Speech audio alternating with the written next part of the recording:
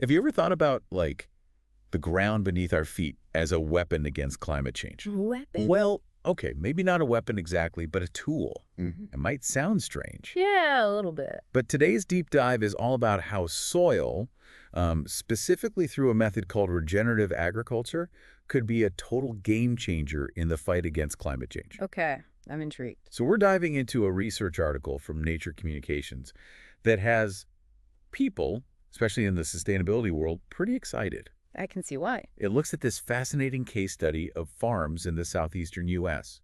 These farms transition from conventional row cropping to something called managed grazing. And we'll get into why that distinction is so important. But first, Yeah, absolutely. But first, let's talk about what they found. This study found that just by making that one change from conventional row cropping to managed grazing, these farms saw, get this, a dramatic increase in the rate that their soil captured and stored carbon from the atmosphere. pretty impressive, right? It is. We're talking a really impressive 8.0 immigramc per hectare per year. Okay, so I'm going to be honest, I have no idea what that means. Can we put that in more relatable terms? Like, what does that look like in the real world? Okay, so imagine the impact of taking thousands of cars off the road. That's roughly the carbon reduction we're talking about here for every hectare of land. Wow, okay. That's a lot. It is. And what's even more impressive is that this rate of carbon sequestration is similar to what we typically only see in tropical grasslands. Which are basically what? Carbon-absorbing superstars. Exactly. They are like the superheroes of carbon capture. Yeah. So to see this kind of success in regular old farmland that's been converted is a pretty big deal. Huge. So how is this even possible? How can simply changing the way you graze animals on your land have such a significant impact on carbon? That's the coolest part. The key to understanding why this method is so effective is all about the power of plants. Plants in general are amazing, but we're talking about plants with deep roots in this case, specifically grasses, lots of grasses. And what makes the grasses so special? Well, unlike crops that have those really shallow roots, grasses, they act like pumps. They send their roots deep down into the soil. Okay. And as they pull carbon dioxide from the air for photosynthesis, a lot of that carbon ends up stored in the soil. Interesting. It's like they're filling up a natural carbon vault underground. Okay, so we've got all this carbon being sucked up by these amazing grasses. But what is it about managed grazing specifically that makes it so good at storing carbon? It's not like farmers are just letting their cows wander around and calling it a day, are they? You're right, it's not that simple. The managed part of managed grazing is really important here. It's not just letting cows graze freely. There's a lot of planning involved. So tell me more about that. Yeah. What goes into this managed grazing?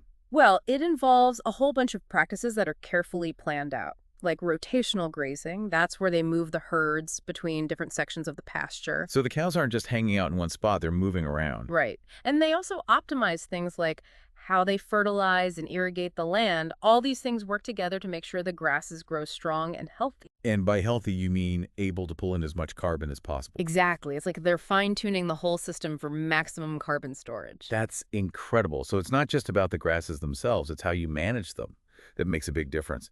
But there's something else from this study that I found even more amazing. Not only did these converted pastures get good at storing carbon, but they actually bounced back to levels comparable to native forests. Oh, yeah. That part is pretty remarkable. And get this, they did it in, like, no time at all, relatively speaking. 6 years. Yes. Just 6 years. It makes you wonder what other benefits come along with this kind of soil regeneration. It's got to be good for more than just carbon, right? Oh, absolutely. That's what's so fascinating about this research. It really highlights just how interconnected everything is. Like what? Give me an example. Well, for one, the study found a strong link between having healthier soil and how well that soil can hold water. Okay, that makes sense. Healthier soil, better water retention. Right. They actually saw something like a 34% increase in the water holding capacity of the pastures in the study. Wow, that's huge. Yeah. But what does that mean in practical terms? Like for the farmers themselves and for the environment? Well, think of it this way. Healthier soil, better water retention. Better water retention equals greater resilience to droughts, which means less need for irrigation. And that's a good thing because Because irrigation uses a ton of water. If you scale that up, less irrigation equals less energy needed to pump and transport that water. which translates to. Lower greenhouse gas emissions. It's a domino effect. You start with healthier soil and you get all these incredible benefits. Wow. It's amazing how something as simple as changing the way we graze animals can have such a ripple effect. But let's get back to the soil for a minute.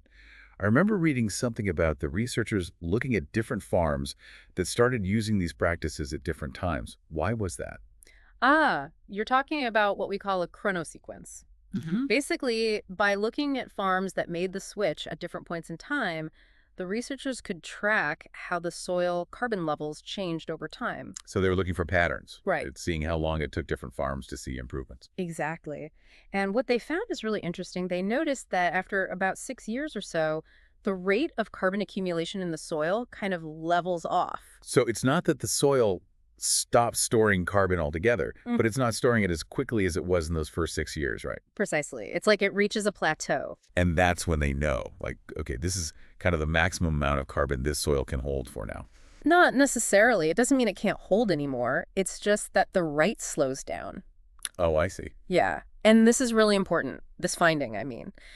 It really points to how crucial it is to stick with these practices Yeah. for the long haul. It's not just a one-time fix. Right. Right. It's not a quick fix at all. It's an ongoing thing. You have to keep at it, keep investing in that soil health if you want to hold on to all those carbon gains you've made. It's like what? Putting money in your savings account.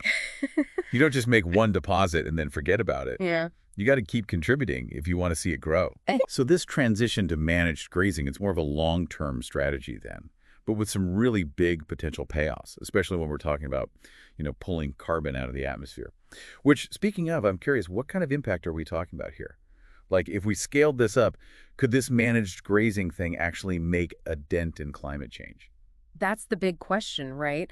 And this study, it actually gives us some pretty interesting clues. Their findings suggest that if just 10% of cropland in the southeastern U.S. alone was switched over to well-managed grazing, we could be pulling a massive amount of carbon out of the atmosphere each year, like a staggering amount. Okay, but how much are we talking about exactly? Give me a number. They estimate around 4.5 teragrams of carbon every single year. Okay, so you're speaking my language now with the whole massive and staggering descriptions, but I gotta be honest, I have no idea how much a teragram is. Yeah, I hear you. It's one of those words scientists like to throw around. Right. But think of it like this. That 4.5 teragrams, that's like taking millions of cars off the road in terms of carbon emissions. Okay, now that is something I can wrap my head around. So it sounds like we have this incredible opportunity here, this potential game changer in the fight against climate change. But let's be real, it can't be that easy, right? Can we just implement this managed grazing system everywhere and solve all our problems? I wish it were that simple. But the reality is it's complicated. Just because it worked really well in this one study in the southeastern U.S. doesn't mean it's going to be a universal solution. There are a lot of factors at play here. Like what? What are some of the things that could make it hard to get these same results in other places? Well, you have to think about it. This study was done in a specific region, the southeastern U.S. It's a region that has a pretty long growing season, right, and a decent amount of rainfall. So you try to implement the same system in a place with a shorter growing season or somewhere that's dealing with water scarcity, and you're likely going to run into some problems. You might need to change up the grazing strategies, maybe even bring in different types of grasses that are better suited to those conditions. It's like what? Trying to grow a palm tree in the desert. It's just not going to thrive. Exactly. It's all about finding the right approach for the right environment. And speaking of environment, we can't forget about the soil itself. That plays a huge role. Oh, right, because not all soil is created equal. Exactly. And the study actually mentioned this. The farms they looked at, they had been pretty beat up from years of conventional row cropping.